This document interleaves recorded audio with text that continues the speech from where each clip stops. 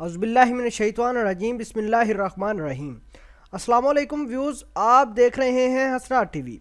Views, आज की इस वीडियो में हम आपको यमन के हवाले से बताएंगे कि यमन में क्या प्रोग्रेस है और यमन की फ़ौज जो सऊदी अरेबिया की इत्तेहादी फ़ौज है उसने कहाँ तक इलाकों को आज़ाद करवा लिया है और अभी आगे क्या स्ट्रेटजी अपनाई जा रही है। जानने से पहले हम आपसे गुजारिश करते हैं कि आप हमारे इस चैनल हसनात टीवी को सब्सक्राइब कर लें ताकि आने वाली हर लेटेस्ट वीडियो से आप बाखबर रहें।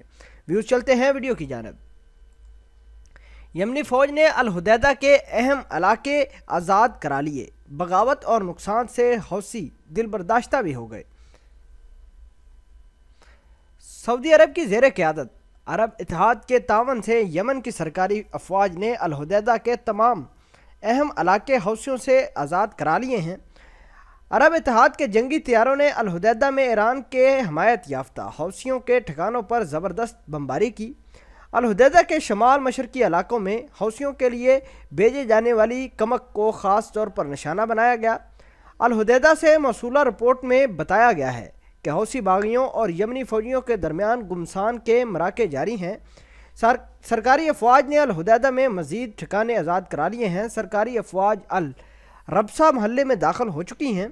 उन्होंने अल जना स्कूल में समेत मुतअद्दिद इमारतों को भी अपने कंट्रोल में ले लिया है। यमनी अफवाज के कमांडर कर्नल अहमद अल जहेली ने यह इतला देते हुए बताया कि हौसियों को ज़बरदस्त जानी और माली नुकसान हुआ है।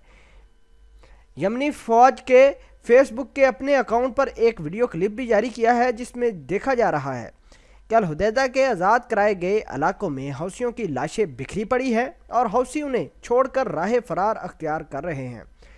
देशों हौसी हलाक और सैकड़ों ज़ख्मी भी हुए हैं। यमनी फ़ौज मुख्तलिफ जहतों से अल हुदैदा में दाखिल हुए। इससे कबल इतला आई थी कि यमनी फ़ौज के कर्नल अहमद अली अल जहली ने बताया कि यमन की सरकारी अफवाज अल हुदैदा शहर के मरकज़ी इलाके में वाक़ सने स्ट्रीट में पहुंच चुकी है। फ़ौज ने शहर के जनूबी और शुमाल मशरकी इलाकों में भी खासी पेशरफ्त हासिल कर ली है। फ़ौज अल तहसीन स्ट्रीट के करीब पहुंच चुकी है। कर्नल अल जहेली ने तवज्जो दिलाई कि यमनी फ़ौज ने 7 यूलियो महल्ले के करीब इमारतों पर छापे मारे जहां हौसी निशानेबाज यमनी फ़ौज मोर्चे संभाले हुए थे। उन्होंने बताया कि नुक्ता अल शाम इंतहाई अहम है, ये भी अब यमनी अफवाज की पहुंच में आ रहा है। फ़ौज ने हर तरफ से इसकी नाकाबंदी कर ली है। व्यूज़, अब बात करते हैं इस पूरी खबर के बारे में। व्यूज़, क्या आपके ख्याल के मुताबिक यमन की फ़ौज जिसको सऊदी अरेबिया के इत्तेहाद की सपोर्ट है, क्या इस जंग में कामयाब हो जाएगी या नहीं? क्या आप चाहते हैं कि सऊदी अरेबिया जो यमन की सपोर्ट कर रहा है यमन फ़ौज की, वो ठीक है या नहीं? क्या आप इसमें सुन्नी शिया का फ़िरका भी देखते हैं या नहीं?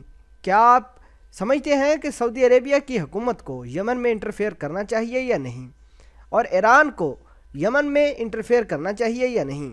इस तमाम तर उलझन को आप किस तरह समझते हैं? कमेंट सेक्शन में अपना इजहार ख्याल ज़रूर पोस्ट करना। मिलते हैं एक नई वीडियो में, तब तक के लिए आपसे इजाज़त चाहते हैं। अल्लाह निगहबान।